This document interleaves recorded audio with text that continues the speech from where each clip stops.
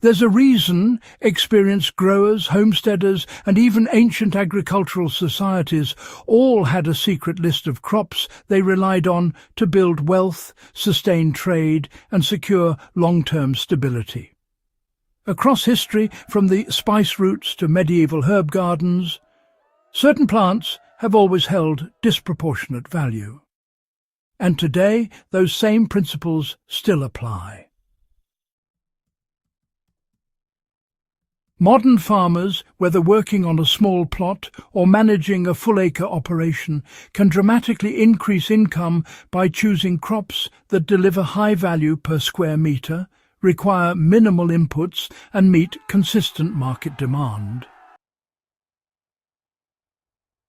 If you've ever wondered how certain small farms generate impressive revenue while others struggle, the answer almost always begins with crop selection. So stay with me for the next minute, because we're about to break down some of the most profitable crops anyone can grow. Crops rooted in history, backed by numbers, and proven in survivalist and small-scale farming circles alike. Many new growers make the mistake of choosing crops based on what they like to eat rather than what the market pays for.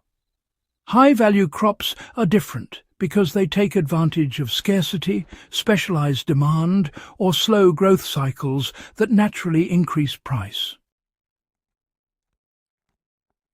Throughout history, crops like saffron, medicinal herbs and specialty vegetables built entire economies precisely because not everyone could produce them.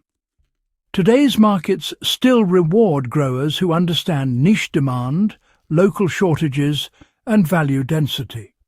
The goal is to earn more from less land, which is exactly what makes these crops ideal for small farms and homesteads. Herbs remain one of the most profitable and accessible high-value crops. If you're looking for a crop that requires minimal space, grows quickly, and maintains steady demand, culinary and medicinal herbs consistently outperform larger field crops. Basil, thyme, oregano, and rosemary are staples for restaurants and home cooks, but growers often overlook their value. A single 10 by 10 metre plot can generate impressive income when properly managed. For instance, basil can be harvested multiple times per season. A simple, step-by-step system many small farmers use is to plant staggered batches every 2 weeks, so they never run out of fresh supply.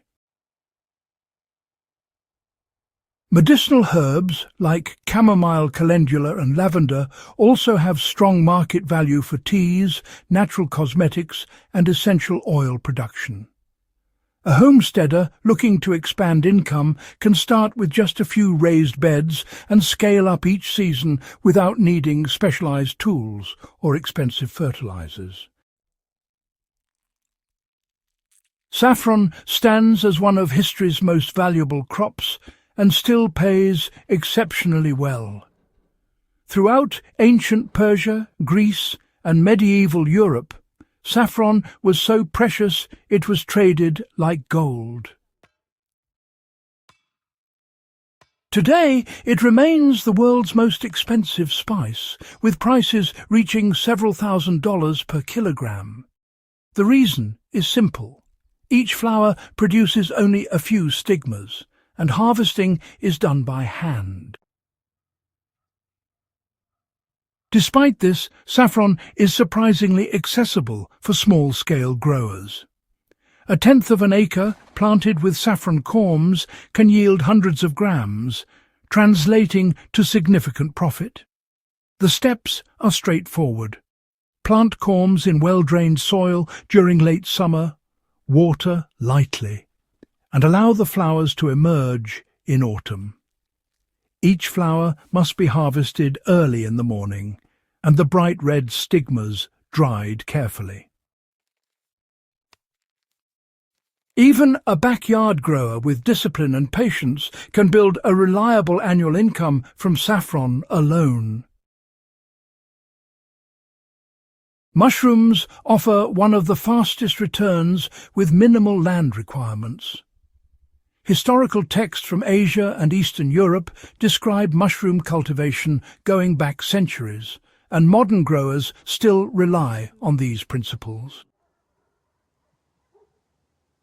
Oyster mushrooms are among the most profitable because they grow on inexpensive substrates like straw or sawdust, and, well, they mature in just a few weeks. A grower with limited space can convert a small shed or even a shaded corner of a home into a fruiting chamber using simple humidity controls. Shiitake mushrooms grown on logs are another proven method. Farmers often inoculate hardwood logs in winter, stack them in shaded outdoor areas, and then soak them periodically to trigger fruiting. This creates a steady harvest for several years from an initial investment of just a few hours' labour. Many farmers sell fresh mushrooms to markets, restaurants, or even dry them for long-term storage and, higher margin sales. Specialty vegetables can really outperform regular field crops when they're grown for specific markets. Heirloom tomatoes, baby carrots, peppers, and gourmet greens have always been top performers at local markets. They offer colour, flavour, and variety that commercial monoculture farms just can't match. One effective method is succession planting, where a farmer plants small batches every 10 to 14 days to guarantee a continuous harvest. Another strategy is focusing on varieties that store well or transport easily. For example, chili peppers can be sold fresh-dried or ground into powder, which increases shelf life and market flexibility. History shows that cultures around the world relied on specialty vegetables not just for food, but for trade. And that same principle benefits modern growers who focus on quality and uniqueness rather than volume. Garlic, especially hardneck varieties, remains one of the most reliable profit crops. Garlic has been cultivated for thousands of years across Asia, Africa and Europe, not only as a seasoning, but as a medicine and trade commodity. Hardneck garlic, in particular, sells at premium prices. A small grower can plant 1 kilogram of seed garlic and harvest up to 5 kilograms at the end of the season. Proper curing, my dear friends, allows garlic to be stored for months on end. This gives you, the precious time needed to sell gradually at the best market price. Many growers have this lovely practice of replanting their largest bulbs each year. It's a wise move, steadily building stronger yields over time. Quite the rewarding cycle, wouldn't you say? Growing high-value crops allows small farmers to create stable, long-term income. The most important takeaway is that your land size does not limit your earning potential. What really matters in the end is strategy. By choosing crops with strong market demand, long shelf life, or historical value density, any grower can build consistent profit. Whether you're starting with herbs in pots, mushrooms in a shed, or even saffron in a backyard plot, the path to serious income is accessible, proven, and rooted in ancient agricultural wisdom. If you found this guide helpful, go ahead and subscribe to Farm Logic for more deep dives into practical, historically grounded farming strategies.